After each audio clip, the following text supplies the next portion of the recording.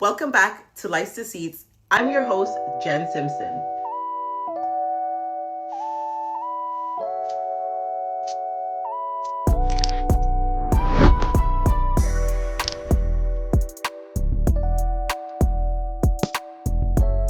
Today is the first day of October and it's my birthday month. I'm excited.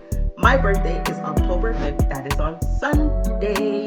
And this year, I'm deeply honored to be stepping into a new chapter, a new season, and I'll be celebrating me and who I am and who I'm becoming all month.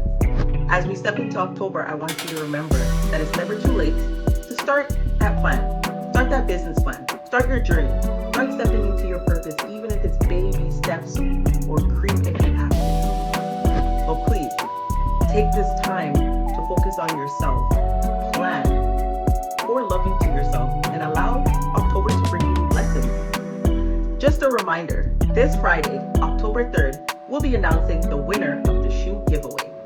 So good luck to everyone. And if you haven't entered the giveaway yet, please, you have a couple of days left. Go and join, and don't tell me later on that you missed out and you didn't see it, because it's on social media at Life's Deceits Podcast. Today, we have a very, very vibrant force.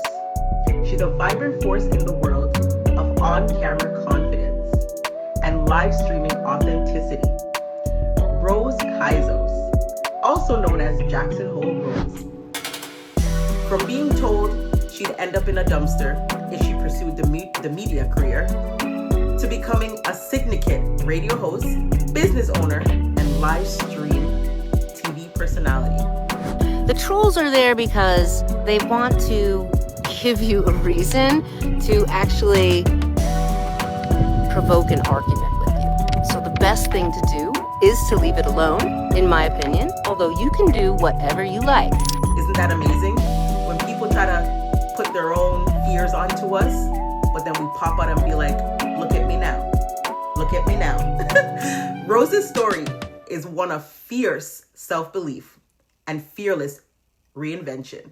In a world where AI is rising and perfection is often the goal, mainly the main focus, Rose reminds us the power of showing up real, authentic, raw, and just being ready.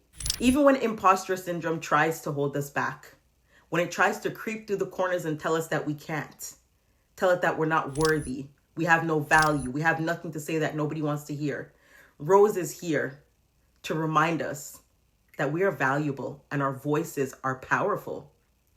You'll hear how one man's belief in her ignited her purpose, got her started, and why she's now on a mission to help women like me, women like you, own their brilliance on screen and also off screen. So get ready, grab your mirror, look at yourself, and turn the volume up, because this conversation you won't want to miss. So please welcome Rose with me. Hello, Rose. Hello. How are you doing today? I'm great. Actually, I use the word fabulous more than great. So I am fabulous today. How are you? I'm doing amazing, feeling good. I am absolutely honored to be in your presence. Thank you for gracing the platform and saying yes to blessing other women and reminding them of their greatness. I know we forget about the men, but yes, you men too. She's here to bless, grace, and remind you guys of who you are and how to step into your becoming. So, Grace, for my listeners who are not familiar with you and your work and never heard your name before, who would you say you are? What do you represent? And what do you hope your legacy will be? I would say I represent a woman in business that shows up boldly on camera.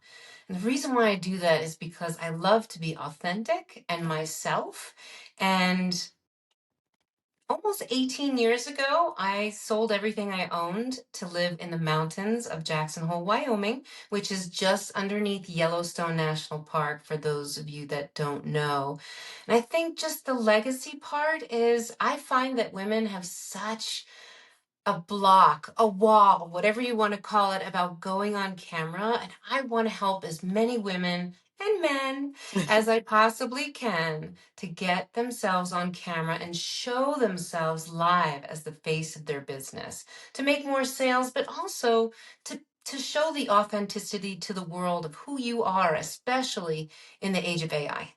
So, guys, I know she just said a lot, but myself, I was excited to meet Rose. For the simple fact, for those who have started with me from the beginning, starting Life's Deceit, writing my book, Commit to a Deceitful Liar, you will remember me talking about the struggles that I went through. I started hiding behind a mic. I had imposter syndrome, telling myself I wasn't good enough.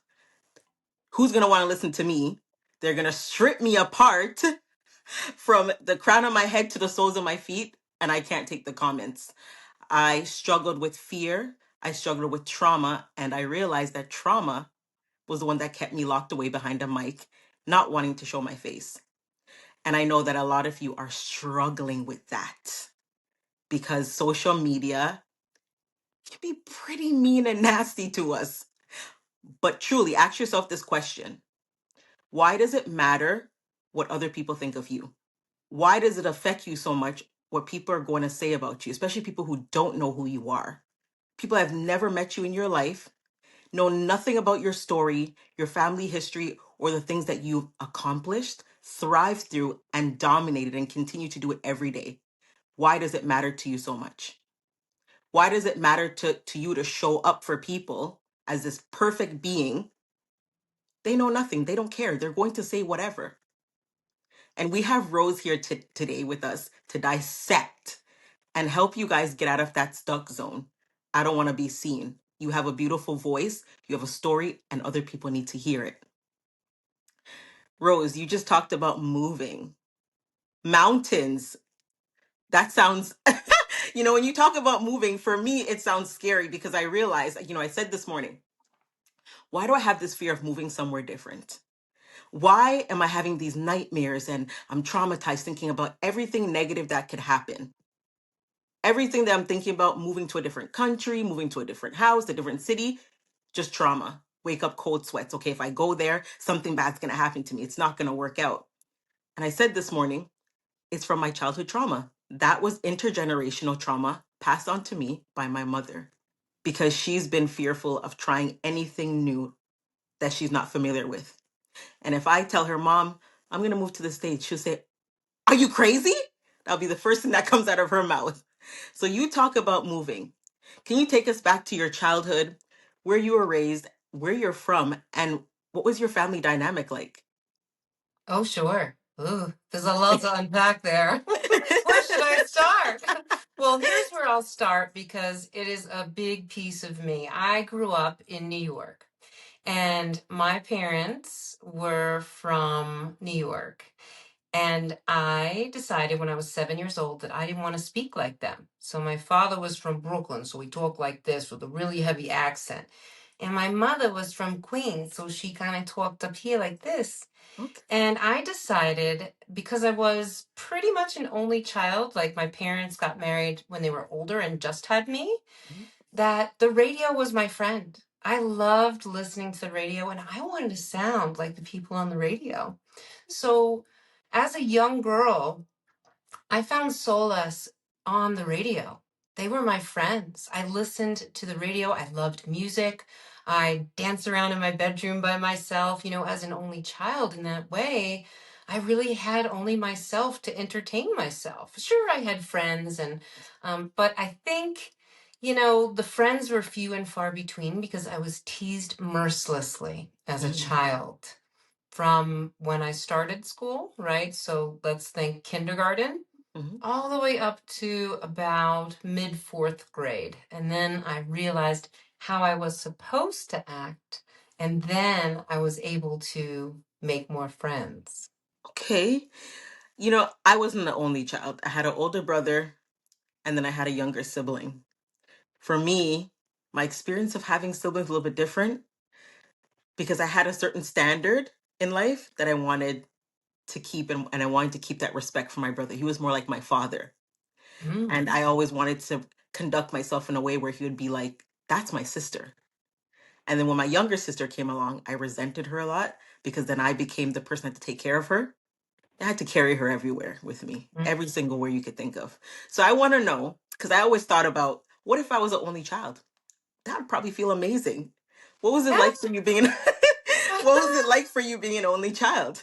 Well, you know, actually going from the dynamic, if we go back even further, like when my mother was having me, since all my half sisters and brothers were older, much, much older than me, they treated me like a baby doll and they would dress me in little outfits. So I was almost coddled to a point of, you know, unusualness. And then, of course, going into the school world and being teased by people because I didn't quite fit in Mhm. was a strange dichotomy for me, even as a kid. But I was a wild child, right? I was always rebellious.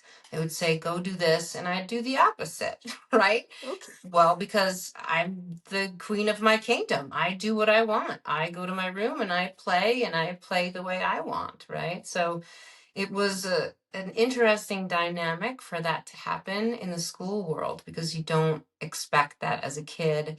And when you're that small, you don't really know how to navigate that, right? Like, Right. well, I am who I am. I'm not acting to be your friend because you don't obviously don't like me, right? Yeah. So you get into this mindset of, well, I'm myself. So even when I was a small child, I was always myself. And if you didn't like it, too bad. But I was a little wild.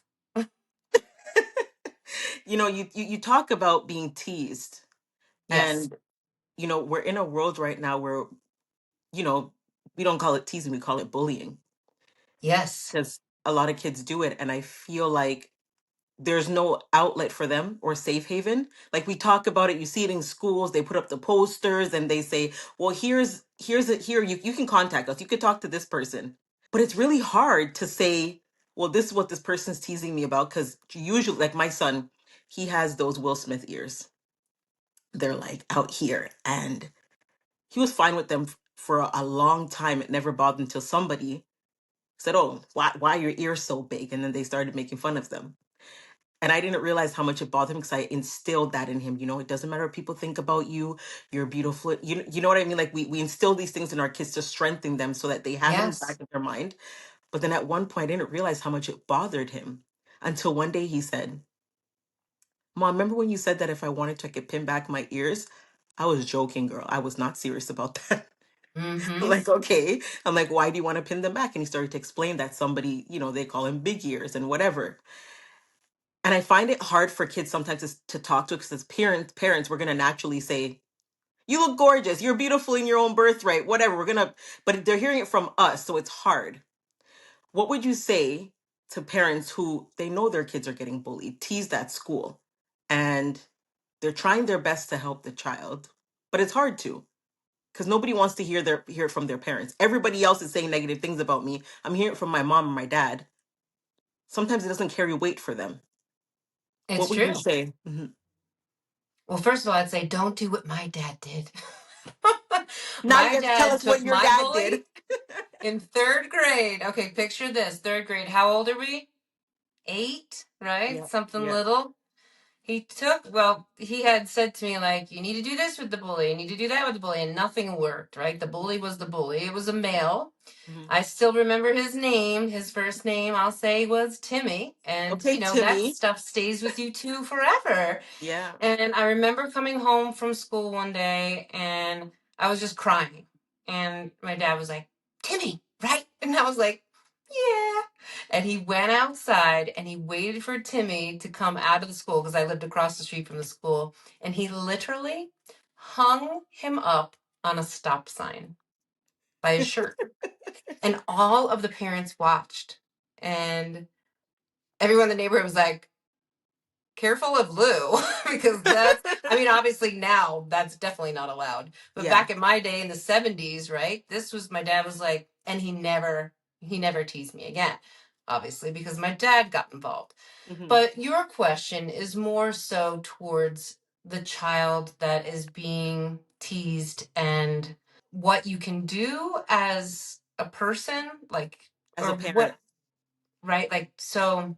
There's that old adage of not everyone's going to like you, Yeah. but it still hurts our heart, right? It's like, well, why don't you like me? And, well, why do my ears have to be different? Or whatever the scenario is, right? Mhm. You always have to think, and I was talking with someone today about this on a different live streaming show, that you're your first and best person to just have the realization that your authenticity is what makes people like you. And even if they're going to say something mean to you, not everyone thinks that. And not everyone in the whole world is going to think that. There are other people that you should hang around that will lift you up, right? And if that happens to be your parents, then you need to be around them more and their positive words, because negative words do not inspire. They Right. sometimes bring you to your knees. And it Mhm. can be very, very hard for a small child to ask for help, right? Because I didn't know what to do. I just went home and cried because I didn't know what to do. I thought everyone hated me. I thought everyone thought I was terrible. And because this one popular boy, called me a name and everyone else started calling me that name, it was hard. I felt like my face was in the dirt every day, but no one lifted me up. Look for the people that lift you up. That's the advice that I would give. I love that advice. And children, might have it a little easier these days in that they can find other people depending upon how their parents allow them to interact online, right? Like, because you can still have friends online that are just as important to you as people that you know in person. I didn't really have that as a child, It's like after school, there was nobody, Right. right? Yeah, that is And true. so online actually does help us with our interpersonal skills of being able to communicate. Even though we're communicating through a screen, we are communicating through it to speak to that person, just like I'm doing to you today. So I would encourage, like if there's a sport or music or some type of education, like you love math, go join those groups, because those people will lift you up in the things that you find important in your life. I agree with that. And, if you had let Timmy get to you, you wouldn't be here today. You wouldn't be this powerhouse speaker that you are, live video strategist, and visibility mentor for women in business. So, that outspoken, smaller you at 8 years old was actually shaping the woman that you are today. Absolutely. And I could tell by the way your dad confronted Timmy on your behalf that he was very proud of his daughter and you were his pride and joy. I can imagine. So, Mm. you mentioned that your father told you that if you pursued your career in TV and radio, you would Oh, end up yes. living out of a dumpster. And Living when I out of a when dumpster. You have to say it like in the Brooklyn way, right? like a Dumpster. dumpster. How did I do there? Dumpster. How did I do? My I bad. can't speak Italian or Brooklyn, girl, Right. but I love the accent. I can turn it on at any time. It's very strange. I love it. Feels like I'm watching an Italian movie. So I can like when I was reading it, I'm like, oh come on, you sound like my mom. My mom wanted me to be a nurse, and Mhm. I was no no no no no no no no no. You can kick me out of the house. You can disown me as your daughter. I don't want to be a nurse. And listen, nurses, I love you guys. Thank you for the work you do, but it Thank you. wasn't for me Not me at either. all. And I knew and I knew that I couldn't do it, right? But hearing your father say that, can you take us back to that moment and what seed he planted in you in that moment?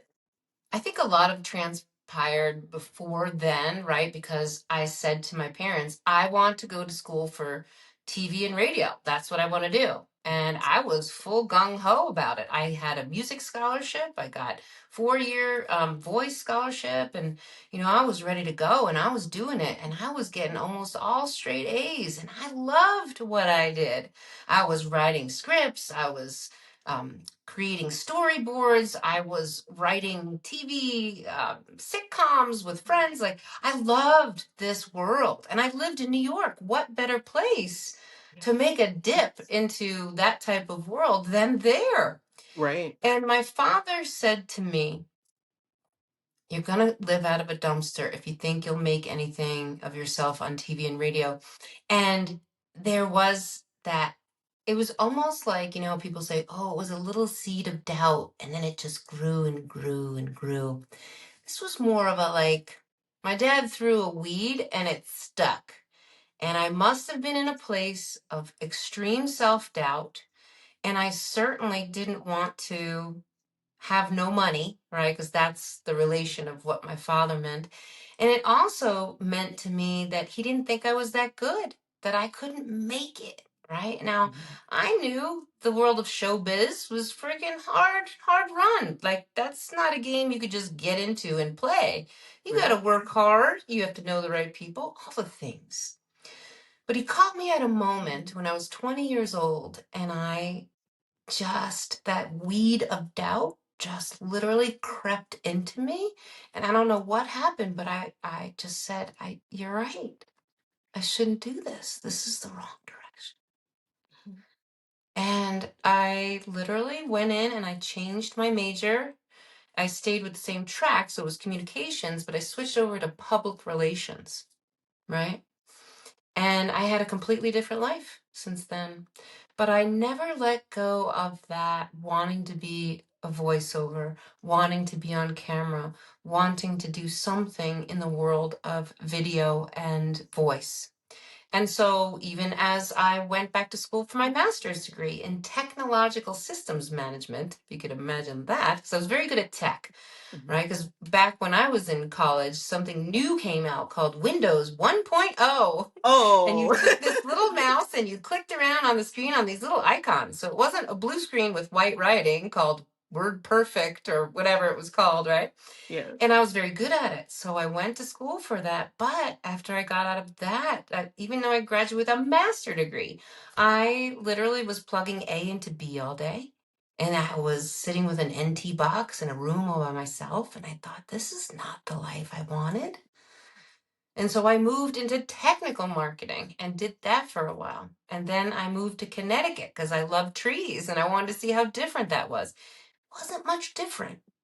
Then I sold everything I owned and decided I'd become a guide. And then from the guide, I opened up two businesses after becoming a guide and working on my two businesses. And the one was something in marketing. Oh, yeah, social media. Before anyone really believed me, it was a thing. And then the other one was voiceover, voice acting, however you want to call it. There's different types of, ways that people do it. And then, doing anything on camera in addition to emceeing. And I helped start the radio station here, and I had a couple of radio shows, and then I was a syndicated radio show host for a while. And then you get into other stories, but you see the progression from there. And then I was offered a live streaming show, and then I came right back around full circle, right? So even though my father said that to me and he inflicted this self-doubt, I could have just flicked it right off onto him if I was strong enough, or if my life was supposed to go in that direction, right? We have to accept sometimes our lives are meant to shift and change in different directions. I mean, I believe in God, and so His will be done, right? For me, I can want all I want, but if my life is supposed to move in another direction for a reason, then I accept that, right? Yep. So that's kind of where we go with the dad saying that. There must have been a weak moment I had, and then the weeds just took over, and I doubt it. And I think, it's interesting that you said you believe in God, because I was going to say that, it doesn't matter what path we take, the path that God wants us on, who he wants us to become, he's going Yes. to put us right back on that path, even if we have to make a huge 360 in our life. He's going to bring us back to square one where he wanted us to be initially. So, although you did listen to your dad, God still brought you back right to your purpose. Yes. Do you think that if you had not listened to your dad, did your own thing, that you would be here today? In Jackson Hole, no. Talking on podcasts, maybe. It's hard to say, right? Yeah. Because my life would have taken a completely different turn. I know friends that actually were big voiceover people in Manhattan. I know people that work for ABC still to this day on Mhm. television, right? And Yeah. my cousin works for iHeartRadio, and I look at that piece that I missed that could have been mine. Like, oh, could have been mine, but the path I'm on now is even more special to me, Yeah. I believe, especially because I am Jackson Hole Rose, right? Yeah. So, Yes, you in are. addition to teaching others how to be better on camera, I am this woman, this role model for my clients to show them not only that it's possible, but that for them, they can break through anything they need to show their authentic selves and really do what they've wanted to do their whole lives. You know, I was recently talking about this because my son is 14. Okay. Girl, if you had told me years ago that being a parent was going to be this challenging, I, I don't know if I would have kids. But now I get it. Like, I'm watching him grow now. And I'm like, okay, how do I help you make the right decisions in life without forcing my opinions on you and my beliefs? Because I think a lot of parents forget that our children, yes, we created them and we instill all these morals and these skill sets in them, trusting that they'll make the right decision and ask us for guidance or, some type of support or advice. And I said to myself the other day, am I doing the right thing? Am I steering him in the right direction? Am I going to be putting him 10 step backwards? But now being a parent, I have to learn to trust that he will follow his heart and do what's best for himself and not what I want. Because we have to live our lives for ourselves, right? And I can imagine your dad, how he's thinking, well, I don't want my daughter to struggle. I don't want her to be broke. Because they have a story. They know what it feels like to Yes. build a life for themselves and struggle, right? Because Yes. we all weren't born into rich families. So at some point, he knows what that felt like, and he didn't want to see you go through that. So, Right. Actually, he was born in 1928, just before the Great Depression. wow. So I looked at that backstory, believe me, Yeah. because for years it was kind of a, why did that happen? But yes, absolutely. Because Our you, parents have their stories that influence us in ways. My mother was extremely supportive, yeah. but I was And headstrong. yeah. She'd be like, "You sure you want to do it?" Yes, I want to do this. I'm doing this. But I like to say mothers know their children better than dads do. It's like this thing before we were born, we have a connection and we know what our children are capable of, and we just know that they have that resilience in them to get through anything. And dad was probably just like, I need to set up her life, or I need to tell her that she can't Yes, do that. That's silly, right? But we understand now that they have their stories and they may not tell us their entire stories, but they've gone through life and they kind of know what they're talking about. They just gotta leave us and stop coddling. right. Like my So mother, I remember, would travel with me. That's why I have the travel bug so bad. And after the plane everyone would disembark, she'd say, "We're going to meet the pilot." And I'd say, "Okay," like, meet the pilot. That's cool. And mhm, she would say to me while everyone was departing, "You can be a pilot, you don't have to be a stewardess," is what we called it back then. I don't think that's the word we use now. A flight attendant, right?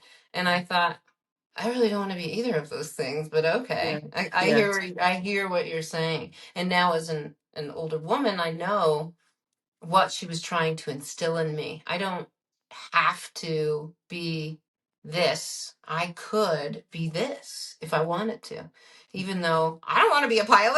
I don't have any yeah, desire to yeah. do that. Same thing with nursing or anything where you have to see blood. That's not my thing. That's not my thing either, girl. Right. Hmm. I love people, I do, and I care, but I just can't do it. Yes, I feel the same. And I'm so grateful for the people that do that as their thing. Yeah, they have the heart to do it. Hearing that type of message, because when I read it, I was like, okay, let me why would a dad say that? But as you talk to somebody and you understand more, you get it. But there are a lot of listeners, women and men, who have heard things from their loved ones that say, their dream's too big. They're never going to become anything. That's not for you. Look at where you are. You don't have any talents or skills. Why do you think you could do that? Or people try to determine other people's lives for them, or where they're going to be, or their destination. And interestingly enough, I wrote something today. Basically, I was saying that we have to be that voice in our children's lives that echoes and reminds them that no matter where you are right now, it will not determine where you can be in the future, because I believe that God can give us the essential tools that we need to become exactly what we desire to be, if it's for us. So, Yes. what do you say to women listening right now, especially women who's still battling a voice in their head from childhood, whether it's childhood, their adult life right now, that they'll never be able to become something? They'll never own something. They're not creative enough. What would you tell them right now, with them consistently being reminded of that voice in the back of their head that's holding them back from actually taking the steps that they need to do that very thing that they know that they're capable of? Well, there's a lot of things I could say here, but one of the things that I will say is that when I first went live, because I was told I was having a live streaming show, so I quit my role as a syndicated radio show host and became this person who thought she was getting a live streaming show. Mm-hmm. And I was really scared because he said to me, I want to give you a live streaming show. And I said to him, I'm sorry, you've got the wrong gal. I'm on radio. And you know what he said to me? He said, no, I don't. I've been watching you and you need to be on TV. And I thought, I mean, literally, you see how I went aback like this? It was like a shock of the face. Like, is this guy full of it or is he serious? And Mm-hmm. I realized after more discussion, he was serious. Take yourself seriously, is what I'm going to say. When that little voice in your head doesn't go away and it nitpicks at the things that you're not doing, don't let it do that. Maybe modify the voice to move you and motivate you forward, right? Like if we were to use the example of, I think I want to go on camera. I know it's important for my business. Maybe I'll just do live streaming because I don't have to do production. That's my thought because I hate production. You look at it as little pieces, right? You can jump in, but do it in a way that makes sense for you. So, whatever is nagging you in your head, like, oh, you need to do this, oh, you can't do it, whatever the battle is in your head, try to move it to the positive. Because I say to women, when you first go on camera, you're not going to like it. We're not used to seeing ourselves on camera, and that's okay. That's a natural process of going on camera. So, this is why I talk them through all the things. And they're like, oh my gosh, I didn't know. But instead of nitpicking yourself after you do it, right? You look at the things you did right and you build upon the things that you did right. And then you do it again and you look at what you did right. And you do it again and you look at what you did right. You don't look at those things you did wrong because maybe they stand out to you like, oh gosh, look, I don't know what I did. I was like talking over here the whole time. And I wasn't even looking at the camera. And I was like, I don't know, I had a nervous tick and I just kept doing this, right? Whatever it is, you see it, you notice it. And then you say, you know what? Next time I'll be sure that I'm going to do it this way, right? So I would say, believe in yourself. That voice is not going away for a reason. Start on the positive and build upon what you can make that, even if it's just for your own joy, right?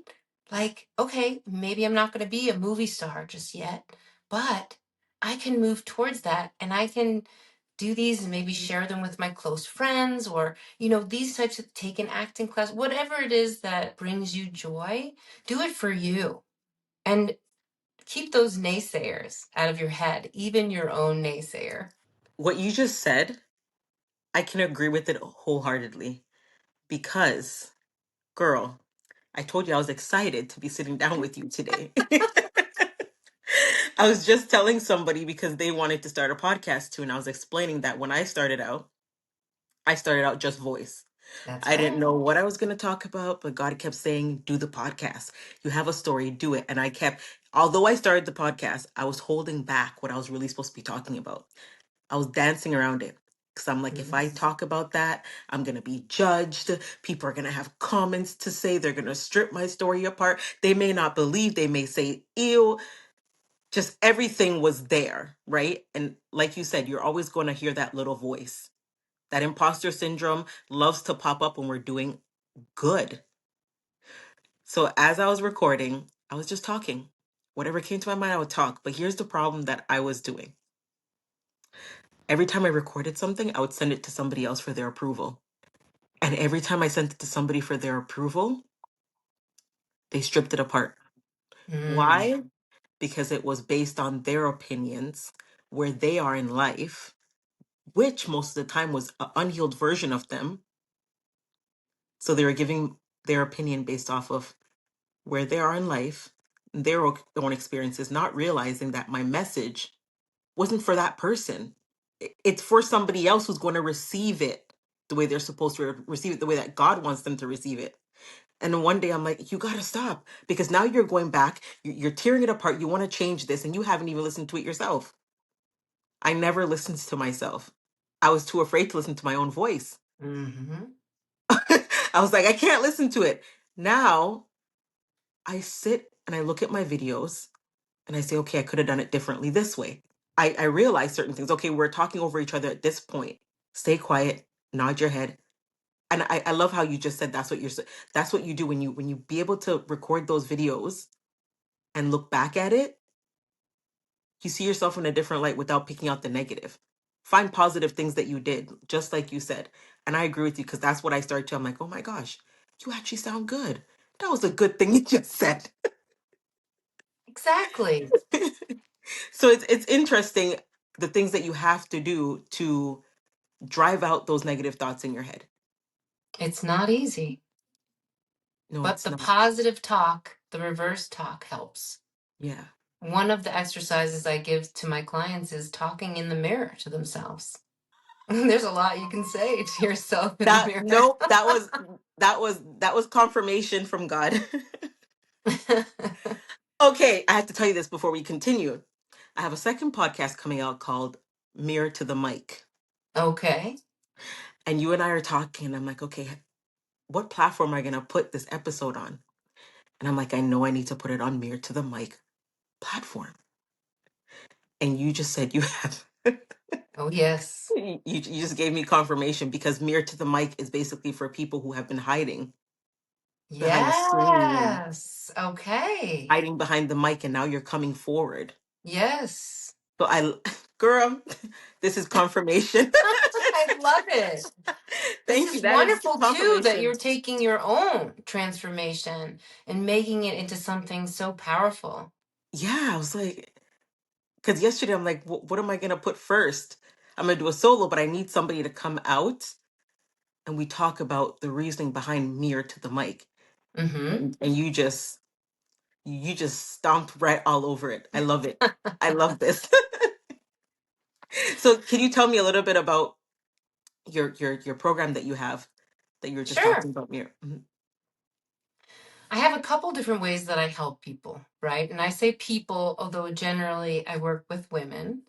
And in my group program, it is just women. So there's no men allowed inside of that space, because I want a safe space for women to be able to do their homework, right? Like Mhm. talking in the mirror and the other exercises I give to them, so that they can feel more powerful going live when it's time. So that's called the live streaming secret circle. If you say it 5 times fast, you're in. No, I'm just kidding.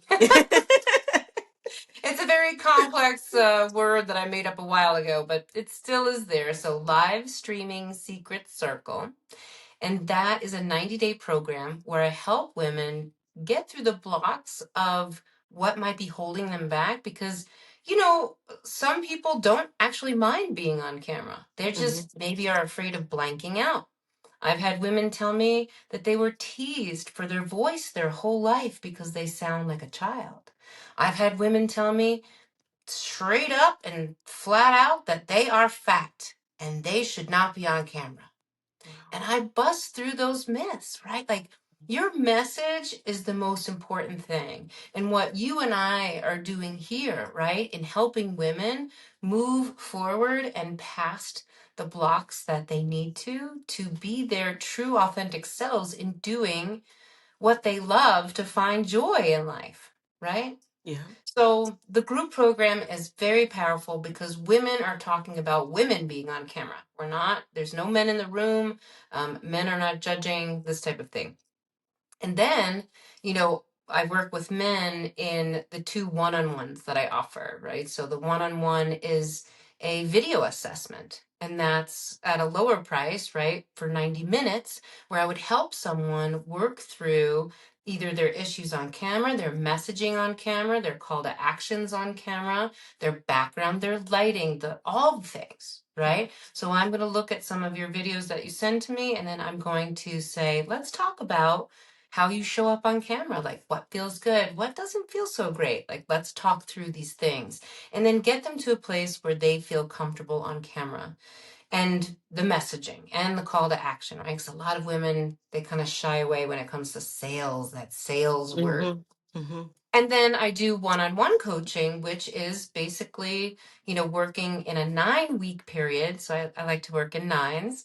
Mm-hmm. And in that 9-week period, we literally break down everything that you need to do to really focus maybe on a longer strategy, on something that's come up. Your workplace has told you you're going to be on camera, you're freaking out, or, you want to start a YouTube channel. Like, what do you do? How do you do it? These types of things. And people that prefer not to work in a group format, that prefer the one-on-one, we do it that way.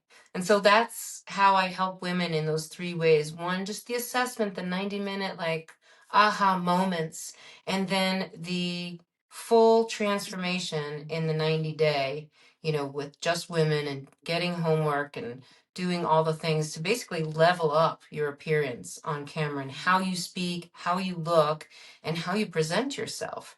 And then the one-on-one basically is a condensed version because we're honing in just on you, right? As opposed to you listening. But as you know, in group programs, it's sometimes great for other women to hear what other women are struggling with, Right. right? Because it might have been something deep down you were like, oh, yeah, well, oh, I never thought of that. Or, oh, I have a little touch of that. Okay, I can work it through doing this, right? Because Rose said, I can do it this way, right? And giving the women the right tools to move forward, I think, is the most important because with the rise of AI, I'm telling you, Mm-hmm. people are going to want to see the real you, authentic you on camera. We're moving around, we're talking. People get a chance to see my personality, your personality. Who are you? Why would I want to buy from you? Do you have something to sell me? Can you help me? Right? What is it about you that I need? I need a piece of you. What kind of piece am I giving to people? Right? Like, how can I Right. help you?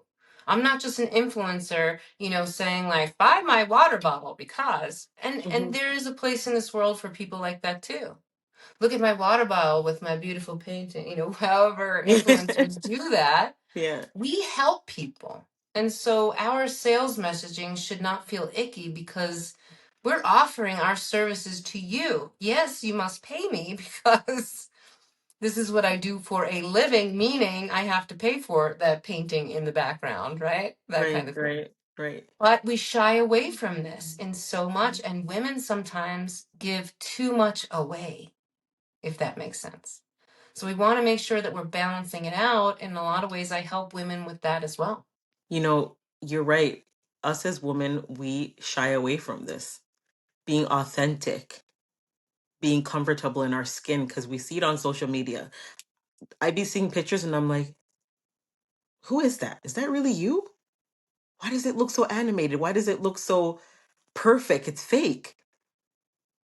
But when Oh, you're in, girl, I've been seeing a picture. I'm like, but I saw you yesterday. I didn't. I know. I know that's not the way you looked. uh-huh. And we're so not comfortable with being ourselves. And a lot of women just want to be in a group of women that are just purely themselves. Listen, I had a Yes. bad day with my children today. I felt like I wanted to knock him upside his head. But, and then another mom might be saying, you know what? I'm going through the same thing. Yes. And just being in that space, we want to see the raw you because we're going through real life experiences. Yes. And how do we do that not feeling fearful of the world's judgment, especially social media? And to be careful. I made a comment on something that I've been seeing a trend, which is women putting their face on someone else's body. I mean, it's not like this is a new thing, but Hmm. when you see women do it on social media in business, right? What does that mean for authenticity? And then you have the people who are like, well, photo shoots have been around for years. This is just an easier way and a way to put your face on something that you believe in. Oh gosh, do I struggle with that, girl? I mean, Yeah. I struggle. And so, I try to make these authentic comments and you get blasted. Honestly, you have to be super careful in this online world of what some women believe that is authenticity for them. Yeah. That's They another are thing is being afraid, mindful. and this is their way to, I guess, get themselves out there in a flowy red dress with this beautiful background. And it's just their face. It's not their body. It's not their dress. And it's not a place they've ever visited. I don't know how I feel about that, but this is a trend I've seen. And to me, it just does not feel authentic. And so I think you're right when you say the women that truly want to be authentic, like there's a place for that. There's a place for us. Yeah. And the women that decide to go in the other direction, there's going to be a place for them. And it may include a lot of money for them, right? Because they're using this technology they believe to the best of their ability. So, right, there's the struggle for us as women. Which way do we go? And then you truly deciding what matters to you more. Yes. What do you want to be known for? And what do you want other people to draw from you? And I think that was my thing too for me, because I always revert back to myself. If I'm going to deliver a message, I have to be able to have that experience as well, because I'm not going to tell you something that I've never experienced before. Right? I'm Sure. just speaking from a blind place, right? So for me it was, okay, I need a makeup artist because I can't do makeup for I cannot do makeup like, maybe another female maybe know how to dollar herself and the right what concealers and blush. I know nothing about it. So guys, don't quote me on what I just said, but I don't know anything about it. I do the basic of what I know how to do. And for me, it was okay, I need 2 hours to get ready because I need to make sure that I'm doing the makeup properly. My hair needs to be perfect. Even right now, I'm thinking in my head, my hair is not perfect. This is a problem. But that's just doesn't even matter because after I look back at my videos, I used to be like, girl, why'd you do your hair like that? Why did you wear that outfit? You're supposed to look perfect on camera like everybody else. But people gravitated to the message, and that's what I wanted. Focus on the message, not the way that I look. That's Oh. right. And Jen, you know what I use in my wording is F perfect. And that could mean forget perfect for those Yeah, of you that don't like the curse word, right? yeah, Because it just means forget it and just do it. Like Nike just do it. says, get Mhm. yourself on camera, show your authenticity, and you'll see how crowds will move towards you. Right. And people love to see a story, how you Yes. started, Yes. who you are, and people love to watch you grow. It's like watching a baby grow Oh, from baby yes. to toddler.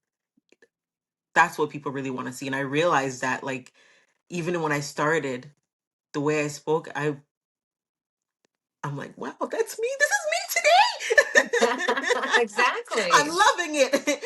So you get to really reap the benefits and be proud of yourself to watch yourself grow and look Oh, back and be yes. like, that's who I was 2 years ago. I can do that now.